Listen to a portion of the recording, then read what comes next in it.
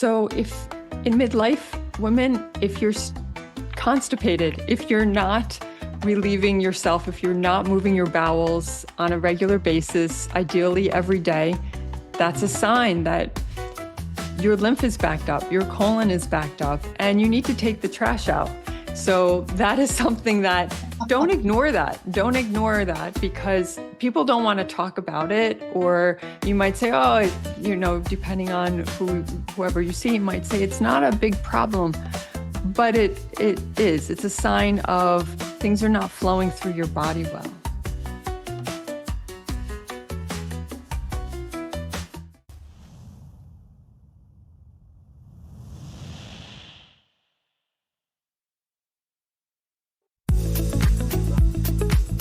Hi, I'm Glennis Woods Mullins, and I love to help women to vibe, to be more vibrant, intuitive, beautiful, and empowered in midlife. So come on, let's vibe.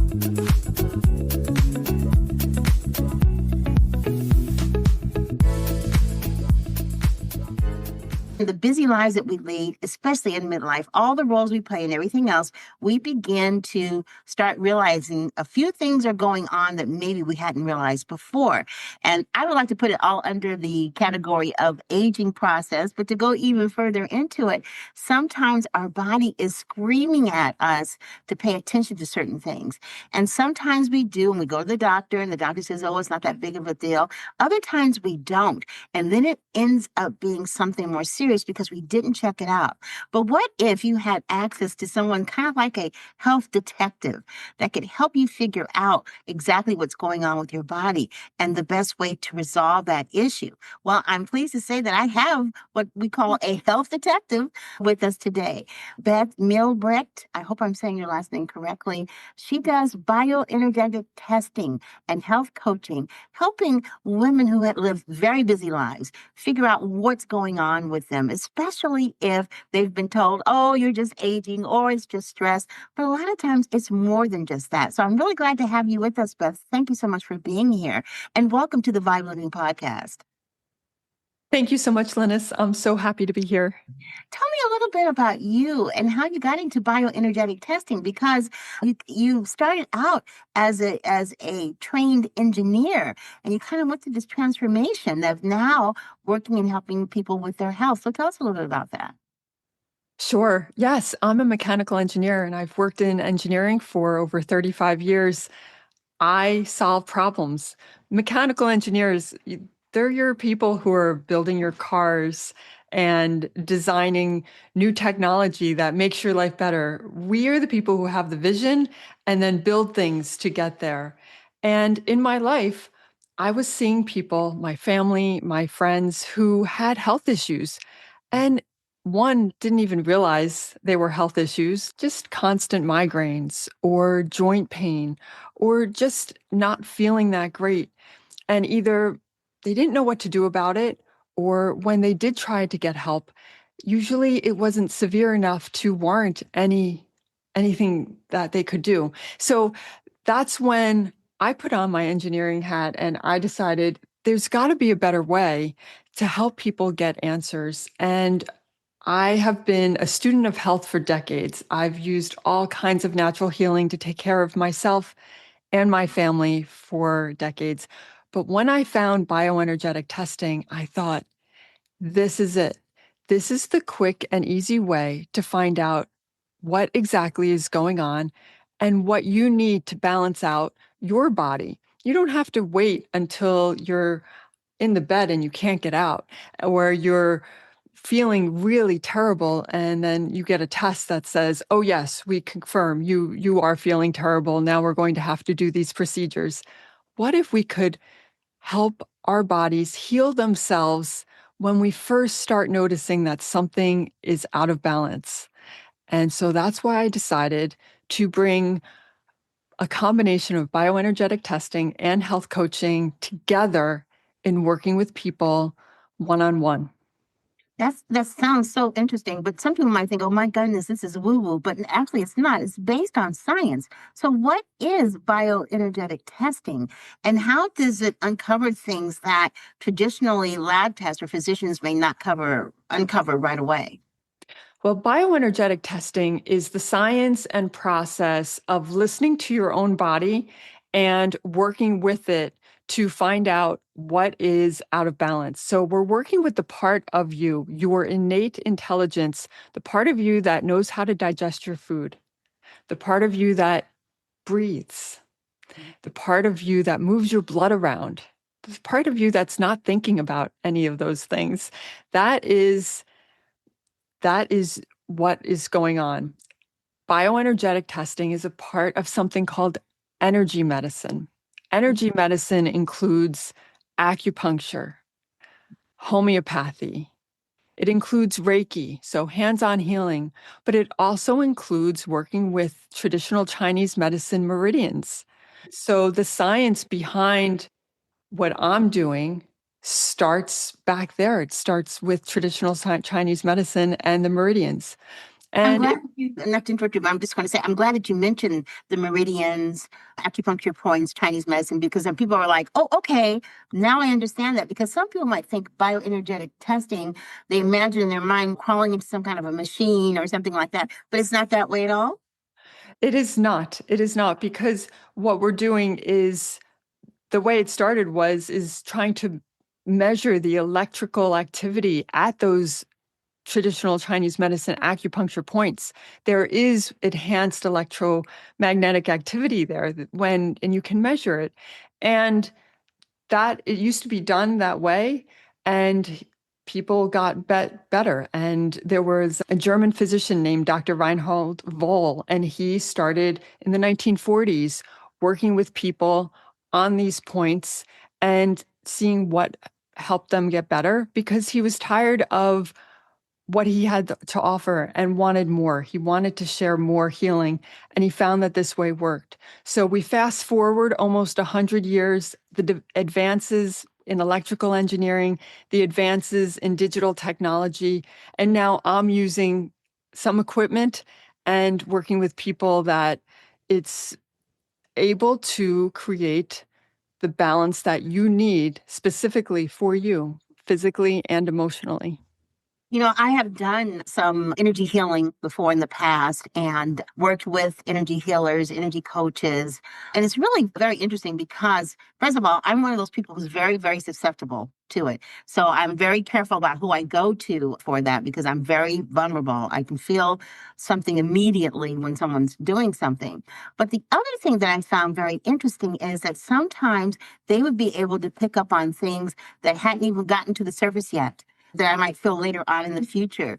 What is that and how does that work? And I guess the rest of my question would be, what are some of those hidden things that we commonly miss that you might sometimes pick up, especially for a woman in midlife?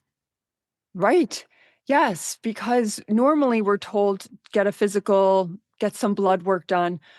By the time something shows up in your blood, it's been around for months or years. The first time that there is a sign that something is out of balance is in your energy system, is in that innate intelligence that's moving your blood, digesting your food, the communication system. That's the first place where something might happen. And you know this because if something shocking happens, it takes you a minute. Like, oh my goodness, that was just a scary movie. Or I just saw something outside that was very jolting. And you have to collect yourself. And because your energy is just shaken up. That happens on a micro level with the world we live in. The environmental toxins, our food maybe is not as clean and pure as we'd like it to be. And so those little breakdowns in communication start happening on the energetic level. If nothing is done, then they advance to the biochemical. So then they may start making changes in your blood or your urine. And then they can be picked up on traditional lab work. So if you want to stay ahead of it and you're starting to feel something, this Mhm. is the time to work with your body's innate intelligence. Some things you asked, what things might people miss that we can pick up when you're working with your energy with bioenergetic testing? It could be that your liver needs support, that you're not metabolizing your food You might be eating all the right food, but maybe your body doesn't know how to use it as well. It's like it's missing something. That's And interesting that you mentioned that about the liver because, interesting enough, people usually, the body does talk to you. And one of the things that happens a lot with midlife women, even though the body's in some cases screaming at you, they kind of push it back and don't deal with it. And then later on, when they go to the doctor with either more severe symptoms, or they're just going to their regular checkup, all these things come out. And, they find out, oh, this is what's going on. But I was curious in particular about what some of those little tiny signs might be. You mentioned the liver, but what are some other little tiny signs that our body gives us that we need to take it a step further right away instead of pushing it back and ignoring it? so if in midlife, women, if you're constipated, if you're not relieving yourself, if you're not moving your bowels on a regular basis, ideally every day, that's Mhm. a sign that your lymph is backed up, your colon is backed up, and you need to take the trash out.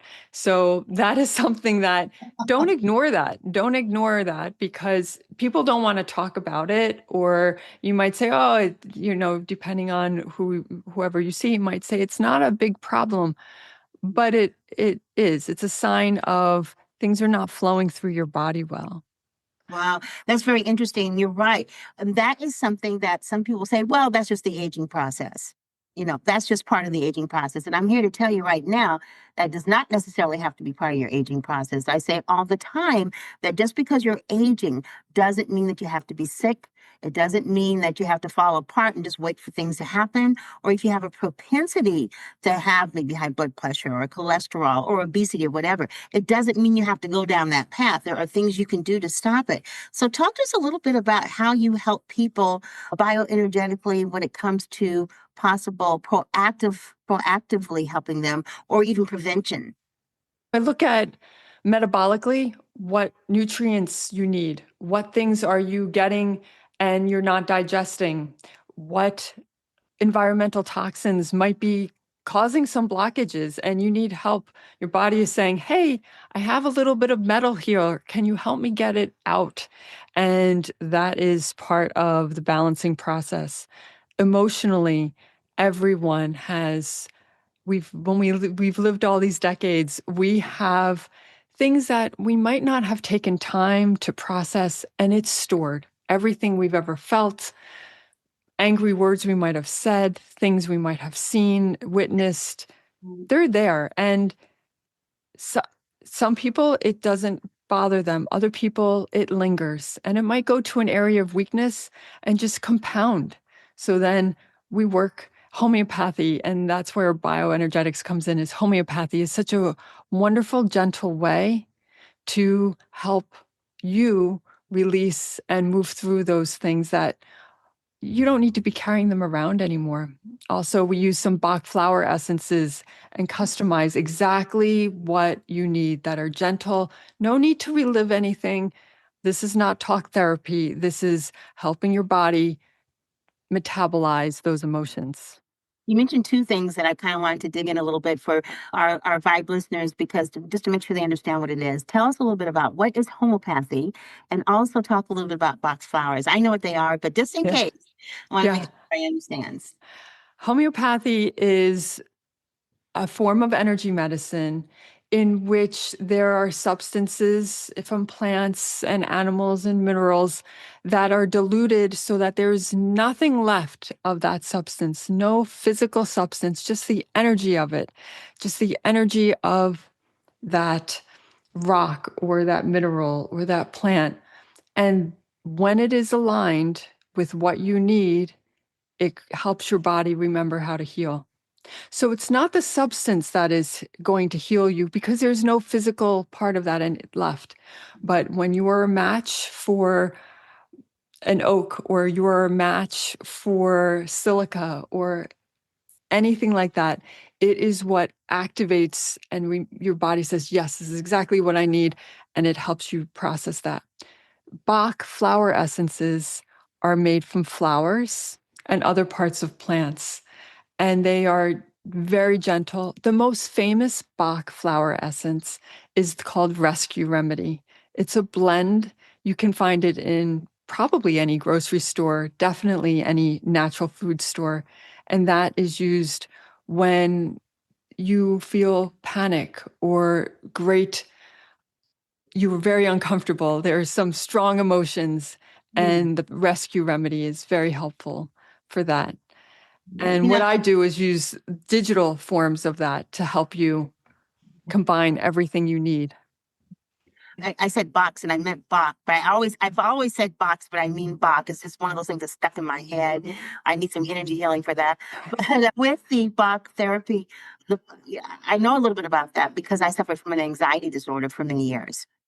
And it reminded me of something that I tried about, maybe 15 years ago when I first started on this journey of trying to heal holistically and not taking any pharmaceuticals or anything like that for the symptoms I had with my anxiety.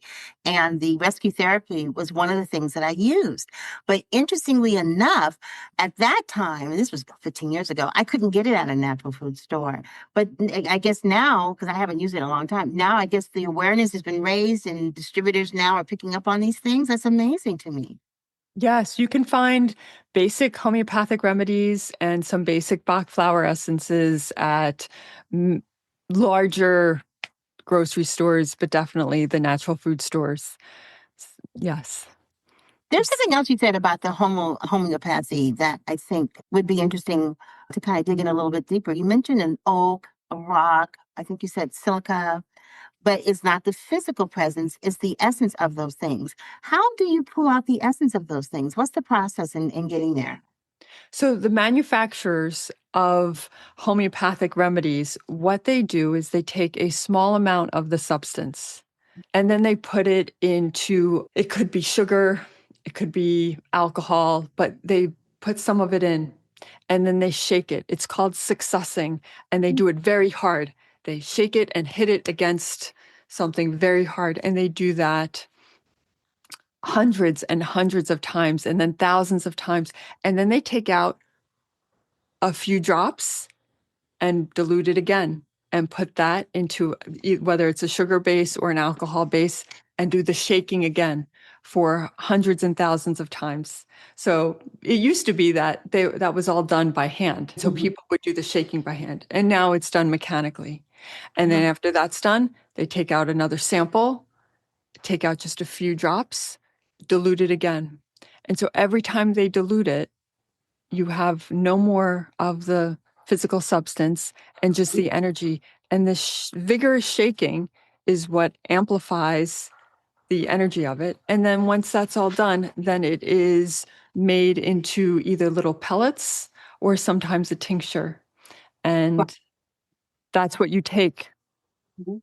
That's amazing. That's amazing. Do you do any of these yourself longer, or do you have a distributor that provides the homeopathy products for you? I don't make my own homeopathics because I can buy anything I need. They're all everything I could possibly want is readily available. So I have certain distributors that I work with, but the common ones, they're at the grocery store. Wow, that's amazing. Things have changed so much. And Yes. I haven't, like I said, I haven't used it in a long time, but I'm just going to go to the store and see if I can find it. I love that.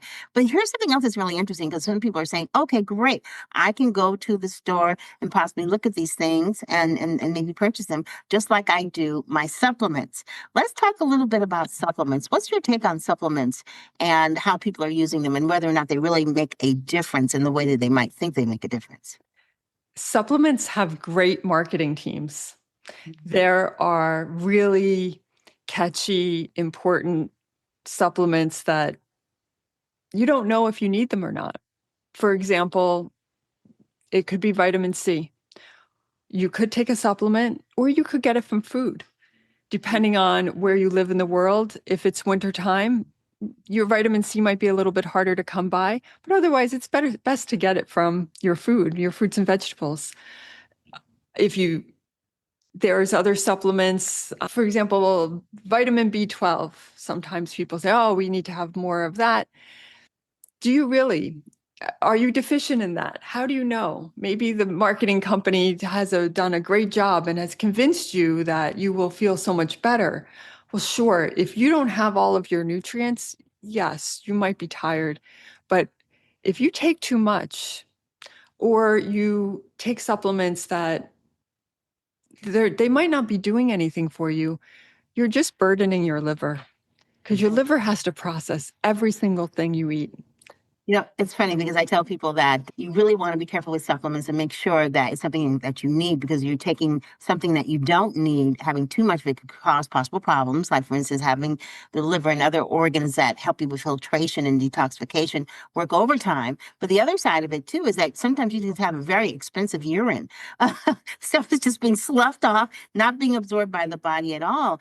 And so you really want to make sure that, first of all, you want to source properly in terms of the supplements that you might use, but you also want to make sure that that you absolutely need it, because you're right. Food is our best medicine. Yes. Yes. And so what does your diet look like? Do you cook at home? And then is it bioavailable? So when you are eating your food, are you sitting down? Are you chewing? Are you enjoying yourself as you're eating it? Is it pleasurable? All those things contribute to the bioavailability of your food. And if you are eating in the car on the run all the time, that's you don't want to go down supplements because you're eating poorly. Fix the eating. Enjoy it. Food is meant to be pleasurable. Eat I, slowly, chew. Digestion starts with your teeth. and then goes from there. Just the other day, I was eating and working, which is something that I try not to do. But I've taken some time off this summer, and now I'm playing catch up, right? So I'm eating, and I almost choked because I was almost trying to swallow something whole. Didn't even realize I was doing that. And later on, I said, "Didn't you hear?" I asked my husband, I said, "Didn't you hear me in there coughing and everything?" And he was like, "Yeah, I just took it. You had it." I said, "No, I almost choked to death." And the only thing that kept me from basically dying is that I slowed down. I slowed myself down because I was starting to panic, when you can start to panic when you are choking. And I slowed myself down and started panicking. But I remember thinking to myself, I tell my clients all the time about the importance of mindful eating, not eating with any other distractions, really taking a look at what is you're eating, the smell, the taste, the feel, all of that. And here I am gulping down a whole, I don't know what that was. Oh, it was tofu. I had chewed it all the way, gulping down a whole thing of tofu. I said, oh my gosh, physician, heal thyself. But you know, that happens a lot with women who are multitasking, many entrepreneurs, or maybe you're at the top of your game in your career, you're handling all this stuff, and then you're handling your families and just all the different roles that we play, that many times we can not just gulp our food, but end up burning out, which can really put us out of balance. So, what is the best or the fastest path to get back into balance when we burn ourselves out like that? The first step is to notice. And then you have to take care of yourself. Usually when there's burnout, people are giving too much, giving to your dream job, giving to your staff, giving to your clients, giving to your family, giving to your children, giving to your parents, giving so much, is to put a little boundary around what's most important. Look at food, sleep, light, and pick something, just one thing. Is it getting to sleep at a decent hour? Is it having lunch not on a screen? I don't know if anybody in today's world can do that. There's always a screen when people are Yes. eating. Going It's outside in the middle of your yard, that you might be able yes. Yeah. Yeah. But find something. So when you find that you are overwhelmed, you have gotten yourself into that place. You can, no matter how busy you are, you can find little blocks of 10 minutes at a time to care for yourself. If you have time to scroll, if you have time to watch something on TV, you have time to protect your boundaries. Eat slowly, go to bed a little earlier, and tune in. Your body is talking to you. And the reason you feel this, whatever you want to call burnout, the reason you feel it is your body is throwing up signs saying, I can't go on like this anymore. So it's going to make you feel emotions that you don't like. And instead of trying to correct all of the fallout from that, you can go back to your source and come back into alignment and find one or two things that bring you joy. For me, It is early bedtime. It is eating slowly. I'd rather skip a meal than eat rushed and food that doesn't light me up. Know that you could miss a meal, you'll be fine. But sleep, sleep, that's another thing that if I'm going to stay up past what I like to go to bed at, I know that it has to be a special occasion and really worth it because I protect that. So, yeah, we have to set boundaries. Absolutely right. I just recently reset a boundary. For the last 18 years, I've been getting up every morning at 4:30 a.m. in time for my prayer line at 5 a.m. And I just decided last week that I needed to reset a boundary because I just wasn't getting enough sleep. And I'm 68 now. And so sleep is extremely important. So I thought, okay, and I do belong to another prayer line that's at 7. So I said, okay, I'm just going to maybe leave this prayer line for a while, sleep more, focus on the 7 o'clock. And even though I still get up at 4:30 a.m., I stay in bed and pray there by myself or listen to a scripture or listen to music, whatever it is. That's more of my me self-care time. And maybe I get up at around 5:30 instead of 4:30, getting ready for prayer line. Now I get up at 5:30 and I'm not getting ready for anything. I'm just enjoying that space. And I have to tell you, I've only been doing this for about 3 or 4 days, but I feel so much better. Do I miss the ladies in the prayer line? Yes, I do. I've been praying with them for 18 years. But sometimes you have to make those changes in terms of what's best for you. And what was my wake up call was that I got sick about 2 weeks ago, and I haven't been sick in 4 years, almost 5 years. And I got sick with the dreaded COVID. Okay. And I knew my immune system was pretty good, but the only thing I could see that I wasn't really doing enough and that my body had been trying to tell me until I got hit on the hip by a 2x4, but with the COVID was I wasn't resting enough. I wasn't sleeping long enough. 6 hours of sleep usually does it for me and has for years, but now at 68, maybe I need 7 hours. And why the heck am I getting up at 4:30 in the morning? I'm not working anymore. I haven't worked for corporate America or for an employer in 18 years. I've been working for myself for 18 years. Yet I run my schedule just like there's a boss sitting in my office waiting for me to check in. I have a staff waiting for me to check in. And I said, wait a minute. I need to reframe all of this because I do have the luxury of working from home, have been for 18 years. There is no one I have to report to me. So if I decide I want to start my day instead of at 7, then I start my day at 1 o'clock if I want to. That's okay. Sometimes we find ourselves getting into this whole thing of doing stuff and not ever stopping and analyzing, well, why am I doing it that way? Because what will happen is, if it's something that's no longer serving you, if you don't check in with yourself, which is something we don't do enough of, then your body will scream at you and knock you out like I got knocked out. It forced me to slow down and begin to re-examine. I've been exposed to COVID several times and I never got sick. What's going on here? And that was the thing. It was that I wasn't getting enough rest.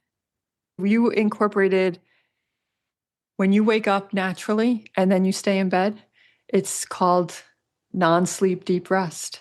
There's this whole category of taking deep rest that's outside of your normal sleeping time. That is so important for health. So you are ahead of the curve. You've got I it. stepped into something and didn't even know it. Well, every Yes. day, Beth, I learned something new in this whole thing. I've been doing this for 18 years. And the thing that I probably learned from the most, besides all the certifications and everything that I went back to school for and everything else, is from my guests and also from just experience of talking to all the clients over the years, because every single woman is different. And it's amazing some of the things that you learn from your clients as you go. What's one client transformation that just really was amazing to you? I have a client named Kathy who came to me.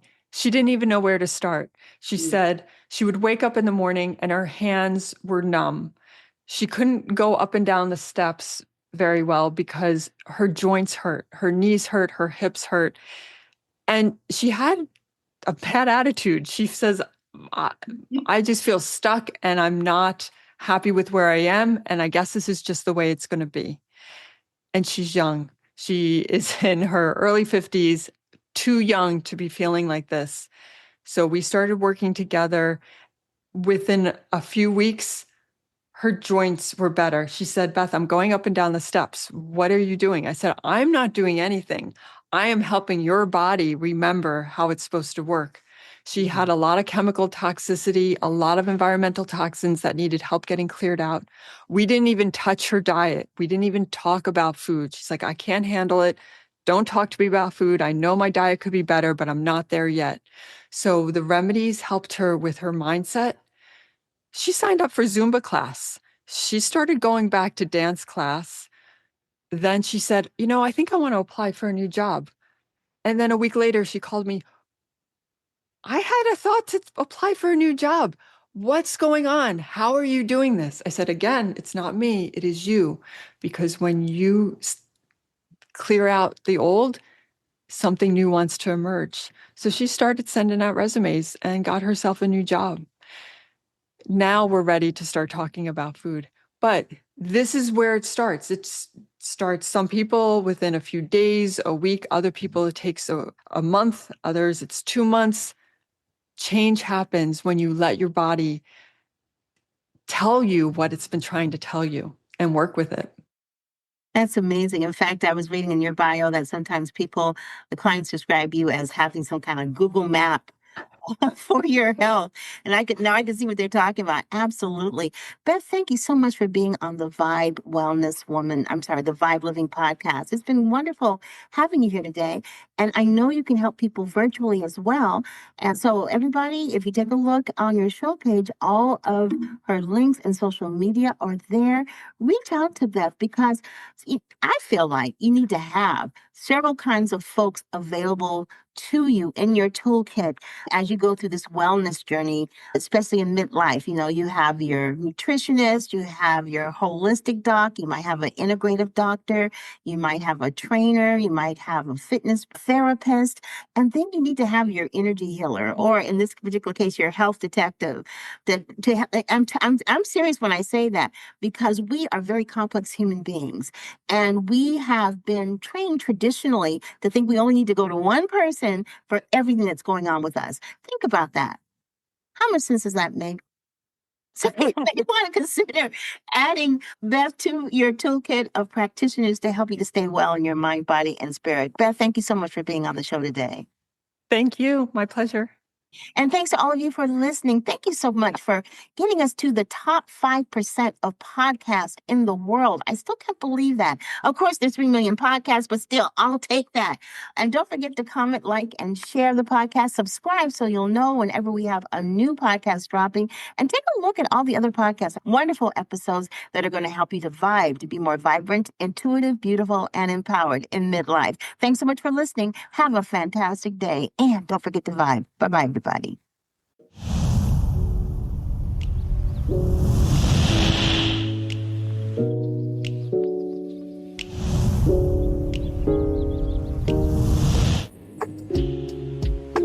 Thanks for listening to the Vibe Living Podcast. And don't forget to subscribe, like, and comment, and share this podcast. Have a fantastic day, and don't forget to vibe. Bye-bye, everybody.